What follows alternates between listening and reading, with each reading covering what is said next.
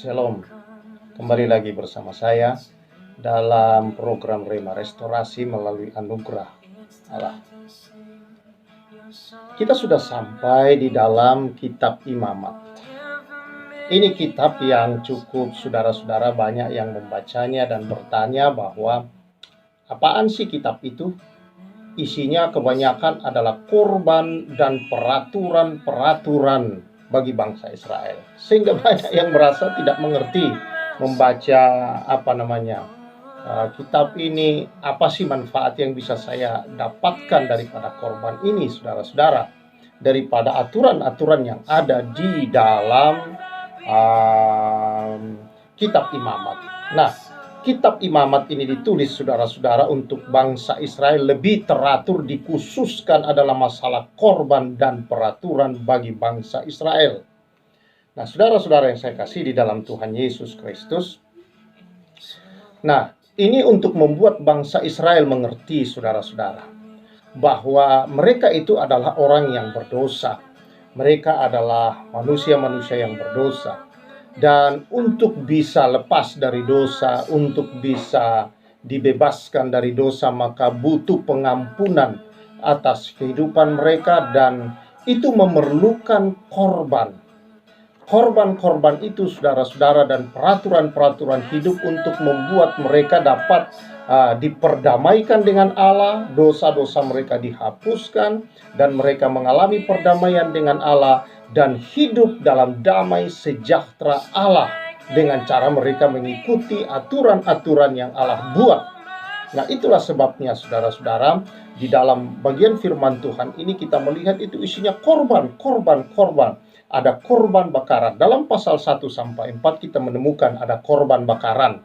Nah, korban bakaran ini, saudara, adalah menyumpahkan penyembahan sukarela, pengampunan atas dosa-dosa pada umumnya. Nah, sebagai ungkapan penyembahan, komitmen, keberserahan mereka kepada Allah, saudara, secara total, menyerahkan hidup mereka dengan memberikan korban bakaran, lembu, domba, atau burung, kalau itu yang miskin. Nah, saudara, yang kedua, di dalam Imamat ini ada korban sajian, ya, yang berupa gandum, tepung yang baik, minyak zaitun, kemenyan, roti bakar, garam yang tanpa ragi, dan yang manis yaitu madu, ya. Dan itu disertai dengan korban bakaran dan korban perdamaian. Dan semua ini merupakan ungkapan-ungkapan penyembahan kepada Allah untuk mengakui kebaikan Allah atas pengampunan bagi dosa mereka. Ada korban perdamaian, yaitu korban untuk diperdamaikan, saudara-saudara, secara sukarela, syukur atas perdamaian yang Tuhan berikan. Dan ada korban penghapus dosa. Nah, ini jelas, saudara, adalah untuk membersihkan yang wajib, yang khusus, yang dosa-dosa yang terencana, yang merugikan orang lain, dan itu salah di hadapan Tuhan. Dan dosa-dosa yang disengaja dilakukan atau yang tidak sengaja, semuanya harus melalui korban-korban penghapus dosa, saudara-saudara, supaya mereka dapat diterima di hadapan Tuhan. Nah, ada korban penghapus kesalahan. Semua itu, saudara-saudara, menggunakan binatang-binatang, ya, yang sangat-sangat dibutuhkan oleh bangsa Israel, saudara. Ada pembersihan yang diwajibkan atas dosa yang terencana, menuntut ganti rugi, pembersihan dari kecemaran, ganti rugi untuk membayar dosa 20%. Itu kalau merugikan orang-orang lain. Jadi kesalahan apapun, saudara, semua bentuk kesalahan yang merugikan orang lain, menyakiti orang lain, dosa terhadap orang lain, dosa yang diperbuat terhadap diri sendiri, dosa yang dilakukan dengan cara yang sengaja atau tidak sengaja, semua bagi Tuhan adalah dosa. Dan bagi Tuhan, saudara, tidak ada dosa yang kecil, tidak ada dosa besar. Semua dosa adalah dosa dan memerlukan satu korban, saudara-saudara. Memerlukan, dan ini diberikan pengertian terhadap orang Israel. Nah, dalam Ibrani, saudara, pasal yang ke-10, ayat yang pertama dikatakan demikian. Di dalam hukum Taurat hanya terdapat bayangan saja dari keselamatan yang akan datang, dan bukan hakikat dari keselamatan itu sendiri. Karena itu dengan korban yang sama yang setiap tahun terus-menerus dipersembahkan, hukum Taurat tidak mungkin menyempurnakan mereka yang datang mengambil bagian di dalamnya. Jadi saudara-saudara yang saya kasihi di dalam Tuhan Yesus, dan ini untuk menjelaskan kepada orang Israel tentang janji Allah kedatangan Mesias, bahwa korban-korban yang mereka berikan itu hanyalah bayangan, karena binatang-binatang itu, domba-domba ini, saudara-saudara, tidak bisa menghapus dosa mereka yang sesungguhnya.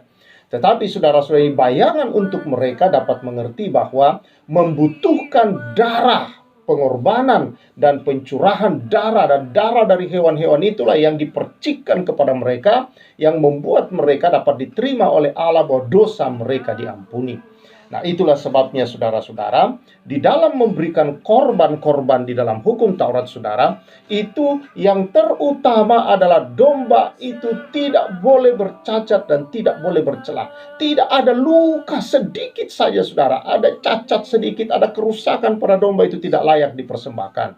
Maka domba itu dipilih sedemikian rupa. Ada tempat, saudara-saudara, untuk menggembalakan domba-domba yang khusus di dalam rumah Tuhan itu.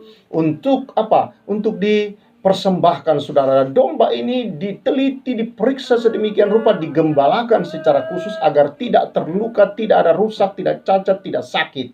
Karena yang dipersembahkan adalah betul-betul sehat, sempurna, saudara-saudara. Ini gambaran bahwa kelak domba yang akan dipersembahkan itu adalah domba yang tidak bercacat, tidak berdosa, tidak bercela, tidak ada kesalahan di dalamnya, saudara.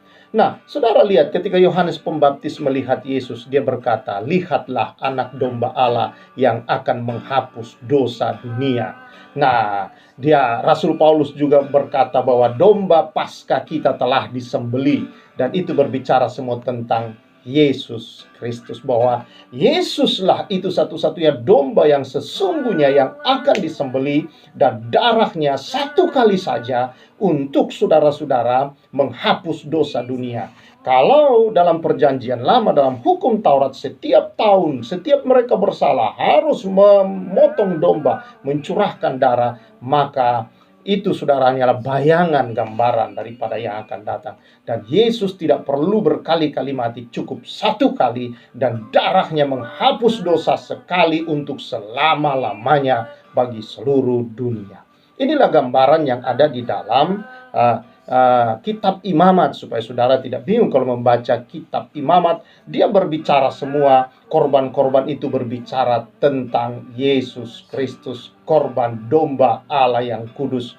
Nah, di sini tidak pernah diungkit dosa orang, saudara, tetapi yang penting adalah dombanya, korbannya, menunjukkan bahwa betapa kuasa dari kehidupan korban itu lebih besar daripada kuasa dosa. Itu sebabnya dosa bisa dia hapus, saudara, karena korban itu luar biasa berkuasa. Darah Yesus itu berkuasa. Darah Yesus menghapus seluruh keburukan kita, dosa, kejahatan, kelemahan kita, penyakit kita, saudara, sengsara kita, derita kita. Bahkan penghukuman Allah terhadap dosa kita ditanggungkan ke dalam tubuh Yesus. Itu sebabnya, saudara, kehidupan, yaitu darah Yesus yang adalah kehidupan Yesus, menyelesaikan semua itu. Sehingga Roma 8 berkata, tidak ada lagi penghukuman bagi mereka yang ada di dalam Kristus Yesus Tuhan.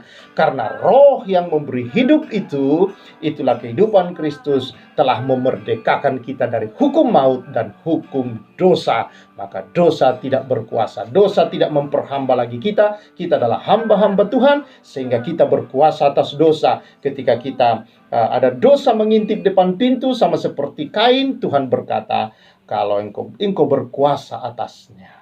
Nah, sebenarnya itulah anugerah, saudara-saudara, memberi kita kuasa untuk berkata tidak kepada dosa. Dan ketika kita jatuh dalam dosa, kita bisa bangkit keluar dan tidak tinggal di sana. Inilah orang-orang benar, saudara, bahwa dia tidak tinggal lagi dalam dosa, saudara-saudara yang saya kasihi di dalam Tuhan Yesus Kristus. Ya. Nah, karena itu, saudara-saudara, kalau kita membaca kitab Imamat penuh dengan korban-korban dan aturan-aturan adalah untuk bagi bangsa Israel bisa mengalami dan mengerti arti daripada pengampunan dosa, betapa itu bayarannya mahal sekali, saudara. Setiap mereka bersalah, mereka harus memotong domba. Nah, kalau yang miskin, saudara, hanya bisa dengan burung merpati atau burung darah. Yang penting adalah darahnya.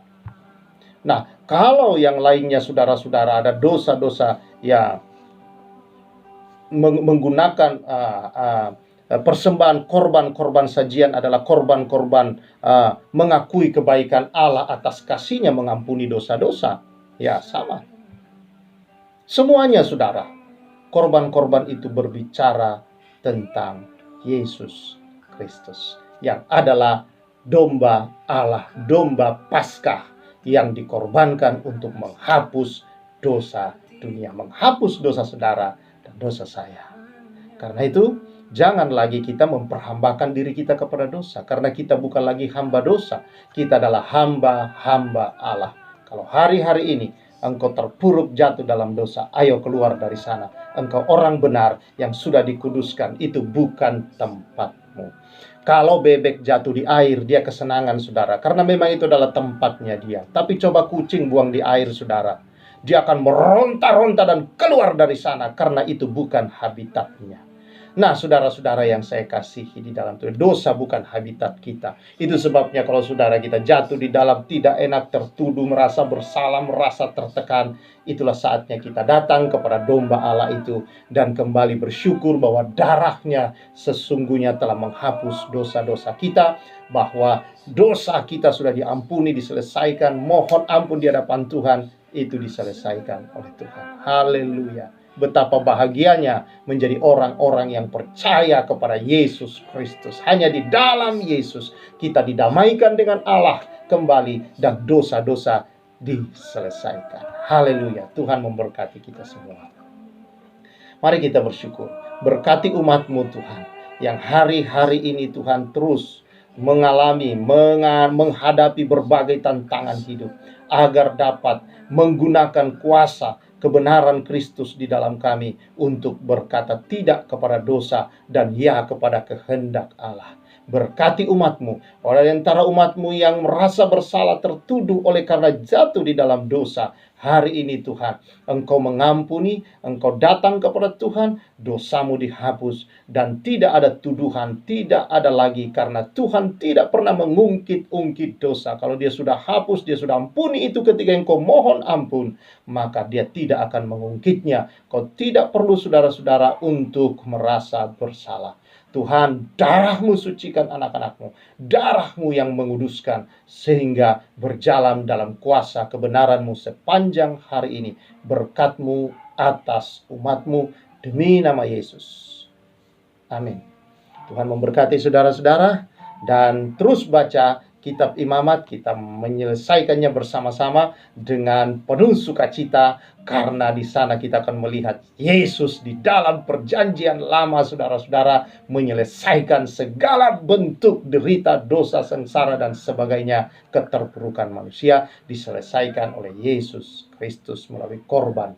Haleluya. Tuhan memberkati kita semua. Saya Pastor Samuel menyampaikan salam restorasi.